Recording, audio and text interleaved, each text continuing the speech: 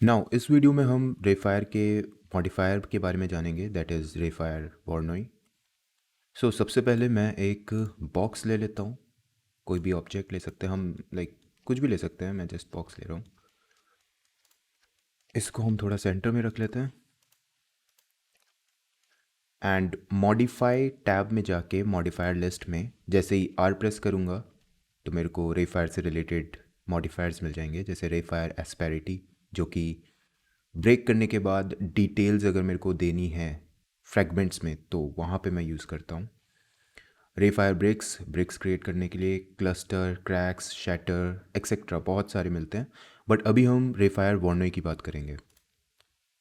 तो मैं रेफायर वॉर्नोई ले लेता हूँ। नाउ रेफायर वॉर्नोई का यूज़ आता है बेसिकली किसी भी ऑब्जेक्ट को ब्रेक करने में, उसमें फ्रैगमेंट्स बनाने में।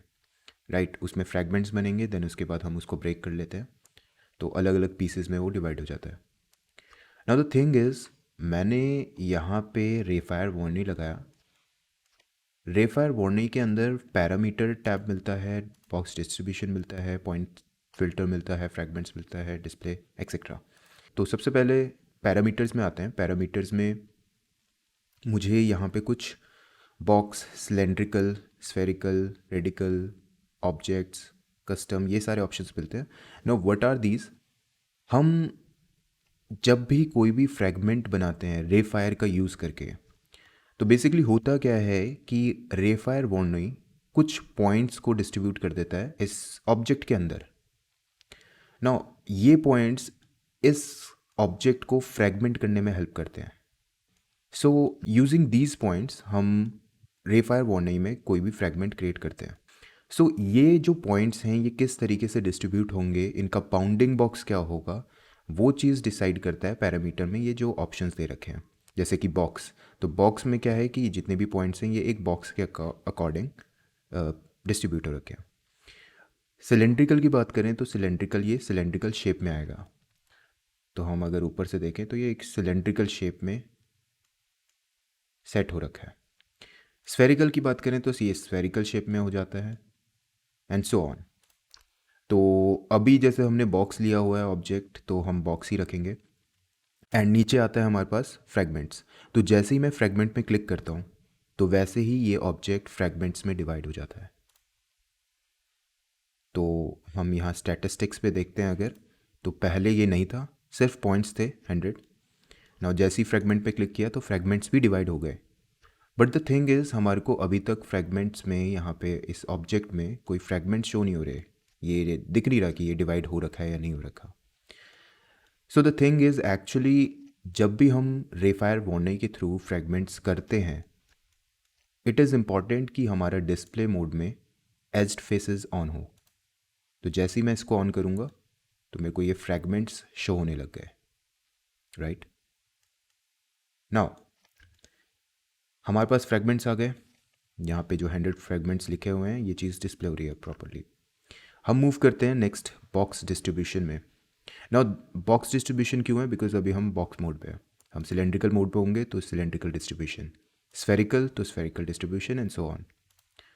So number of points, now मैंने भी जैसे बताया कि नंबर ऑफ पॉइंट्स से डिसाइड होता है कि नंबर ऑफ फ्रैगमेंट्स कितने होंगे। राइट, सो अगर मैं ये पॉइंट 200 कर दूं या 200 कर दूं तो हमारे फ्रैगमेंट्स का अमाउंट भी बढ़ जाएगा। सेकेंड चीज़ इसमें मिलती है width, length, height. Now what are these? Width, length, heights decide करता है जो हमारा बाउंडिंग बॉक्स है। इन दिस केस ये बॉक्स है, ये कैसे होगा और हमारी जो पॉइंट्स की अरेंजमेंट है वो किस तरीके से होगी। तो जैसे मैंने विड्थ में इसको काफ़ी बाहर की तरफ एक्सटेंड कर दिया है तो हमारे पॉइंट्स भी बाहर आ गए। राइट, लेंथ की बात करूँ, लेंथ मैं इंक्रीज़ करता हूँ तो लेंथ में भी अब ये बाहर आ जाएंगे। तो यूजली हम इनको नहीं छेड़ते, ये जो डिफ़ॉल्ट होते हैं वही सबसे बेस्ट होते हैं। हाइट में भी सो ऑन सेम रिजल्ट मिलेगा। आफ्टर दीज पैरामीटर्स हम नीचे आते हैं सेंटर बायस में। Now what does centre bias means? Centre bias means centre, object के सेंटर में कितना ज़्यादा कंसंट्रेटेड रहेंगे पॉइंट्स। दैट मीन्स कि अभी जैसे हम बात करें तो ये जितने भी पॉइंट्स हैं ये ओवरऑल ऑब्जेक्ट में इक्वली डिस्ट्रीब्यूटेड है, लाइक दिस, हर जगह पॉइंट्स इक्वली डिस्ट्रीब्यूटेड हैं। दैट मीन्स कि जो फ्रेगमेंट्स होंगे अप्रॉक्सीमेटली सेम साइज़ के होंगे, राइट। बट अगर हम सेंटर बायस की वैल्यू इंक्रीज करते हैं, लेट्स से हम 30 टाइप कर देते हैं, इसका मतलब क्या हुआ कि 30% के अकॉर्डिंग जो पॉइंट्स हैं वो सेंटर में काफ़ी ज़्यादा कंसनट्रेटेड रहेंगे। अगर मैं इस वैल्यू को और बढ़ा देता हूँ, लेट्स से 50, तो ये वैल्यू और अंदर की साइड पे कंसनट्रेट हो गई है, राइट, इस तरीके से। अच्छा, अब अगर सेंटर बायस ज़्यादा होगा तो अपने फ्रेगमेंट्स में क्या चेंजेस आएंगे, दैट इज़ हमारे जो फ्रेगमेंट्स होंगे बाहर की साइड पे ज़्यादा बड़े बड़े होंगे और सेंटर में हमारे जो फ्रेगमेंट्स होंगे वो काफ़ी स्मॉल साइज़ के होंगे। So that is the thing. मैं अभी फ़िलहाल के लिए इसको ज़ीरो रखता हूँ। हम जब इसे फ्रेगमेंट करेंगे, एक्सप्लोड करेंगे, पार्ट्स में डिवाइड करेंगे, तो उस टाइम पे हम इसका एक एग्जांपल देख लेंगे। पॉइंट फिल्टर की बात हम इसी वीडियो के सेकंड पार्ट में करेंगे। फ़िलहाल के लिए अभी इसको स्किप कर सकते हैं। हम फ्रैगमेंट्स की बात करेंगे तो फ्रैगमेंट में हमारे को काफ़ी सारी प्रॉपर्टीज़ मिलती हैं। सबसे पहले रैंडम सीड मिलता है। नाउ रैंडम सीड बेसिकली जो हमारी फ्रैगमेंट्स की अभी अरेंजमेंट है करंट में, उसको रैंडमली चेंज करने में हेल्प करती है। जैसे मैं अभी इसकी वैल्यू इंक्रीज़ करता हूँ, लेट्स से 1 करता हूँ, तो हम देखेंगे इसमें जो फ्रैगमेंट्स की पोजीशन थी और जो प्लेसमेंट थी वो चेंज हो गई, राइट। तो हम कैसे भी रख सकते हैं डिपेंडिंग अपॉन आवर रिक्वायरमेंट। तो मैं अभी इसको ज़ीरो ही रखता हूँ। स्ट्रेचिंग की बात करें तो स्ट्रेचिंग में हम तीनों एक्सेस में परसेंटेज वाइज स्ट्रेच कर सकते हैं अपने इस फ्रेगमेंट्स को। तो मैं अगर लेट्स से 42 करता हूँ तो ये कुछ एक्स एक्सेस में, दैट इज़ ये एक्स एक्सेस है, ये एक्स एक्सेस है, तो हम कुछ इस तरीके से कर सकते हैं, राइट। इसको ज़ीरो करते हैं अभी। वाई एक्सिस की बात करें तो वाई एक्सिस में भी हम इसको स्ट्रेच कर सकते हैं इस तरह से।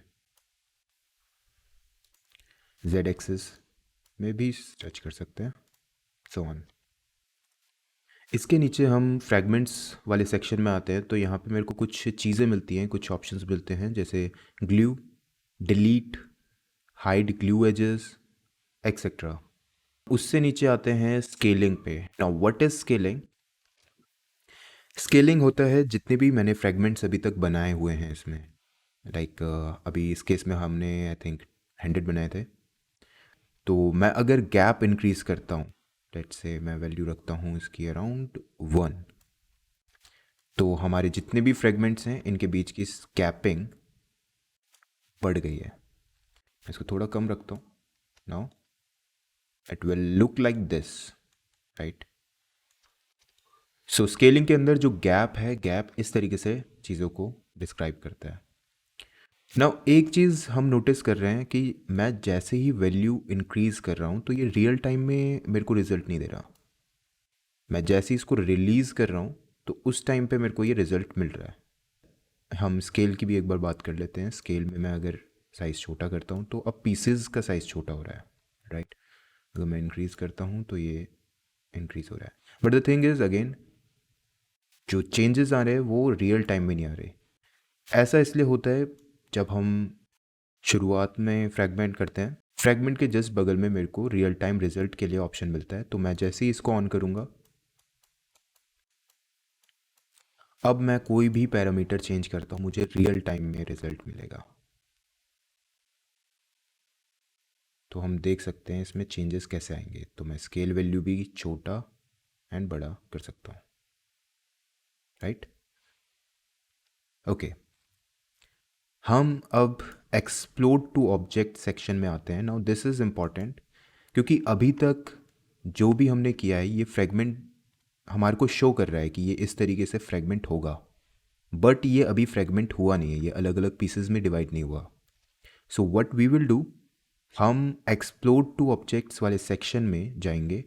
यहाँ पे हमारे को नेम सफिक्स मिलता है, दैट मीन्स कि जो अब फ्रेगमेंट्स में डिवाइड होगा ये ऑब्जेक्ट, उन फ्रेगमेंट्स का जो नेम होगा उसमें सफिक्स क्या ऐड होगा। इसमें हमारे को कुछ ऑप्शंस मिलते हैं, जैसे delete after explode, assign random colours, जो कि दोनों टिक हैं। डिलीट आफ्टर एक्सप्लोड का मीनिंग जब ये ऑब्जेक्ट फ्रेगमेंट्स में डिवाइड हो जाएगा, यहाँ पे इसको एक्सप्लोड बोलते हैं, फ्रेगमेंट्स में डिवाइड होने को। तो जैसे ही ये अलग अलग पार्ट्स में डिवाइड हो जाएगा, फ्रेगमेंट्स में डिवाइड हो जाएगा, ये खुद जो ऑब्जेक्ट है वो डिलीट हो जाएगा, जो कि हम नॉर्मली करते हैं। तो ये ऑन रहेगा। असाइन रेंडम कलर्स, लाइक मैं अगर चाहता हूँ कि मेरे जो पीसेस हैं, जो फ्रेगमेंट्स हैं, वो अलग अलग कलर्स में डिवाइड हो जाएं, तो मैं इसको ऑन रखूँगा। वरना अगर मैं चाहता हूँ कि ये सिंगल एक कलर, जैसे कि अभी के केस में ये पिंक है, तो मैं चाहूँगा कि अगर ये पिंक ही रहे सारे ऑब्जेक्ट्स, सारे पीसेस, तो मैं इसको हटा दूँगा। ठीक है। आफ्टर दैट लास्ट में आता है glued edge elements. Now the thing is, अगर मैं इसको ऑन करता हूँ तो ये जब ऑब्जेक्ट्स में डिवाइड होगा तो ये सिर्फ बेसिकली एलिमेंट्स बनेंगे, ऑब्जेक्ट एक ही रहेगा। तो मैं इसको ऑफ ही रखता हूँ। हम सिर्फ असाइन रेंडम कलर्स भी ऑफ रखते हैं, हम सिंपली एक्सप्लोड करते हैं। ना एक चीज़ का ध्यान रखना, नेम सफिक्स हमने कुछ इस तरीके से रखा हुआ है, अंडरस्कोर वी अंडरस्कोर। तो जैसे ही मैं एक्सप्लोड करता हूँ, थोड़ा सा वेट करेंगे, एंड हमारे को यहाँ पे अलग अलग पीसेस मिल गए। अब हम देखें तो हमारे को यहाँ पे बहुत सारे बॉक्स 1_v_अंडरस्कोर एंड यहाँ पे नंबरिंग चालू हो गई 5 6 7 8 9 एंड सो ऑन। हमारे कितने पीसेस थे? 200 पीसेस।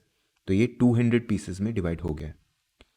नाउ अगर मैं अब कुछ पार्ट को सेलेक्ट करके इसकी पोजीशन ऊपर करता हूँ, तो हमारे को देखने को मिलेगा यहाँ पे बहुत सारे पीसेस अलग अलग चीज़ों में डिवाइड हो गए,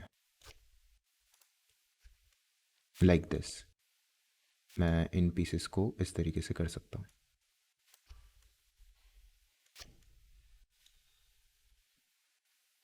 नेक्स्ट वीडियो में हम रेफायर वॉर्नोई के पॉइंट फिल्टर के बारे में बात करेंगे।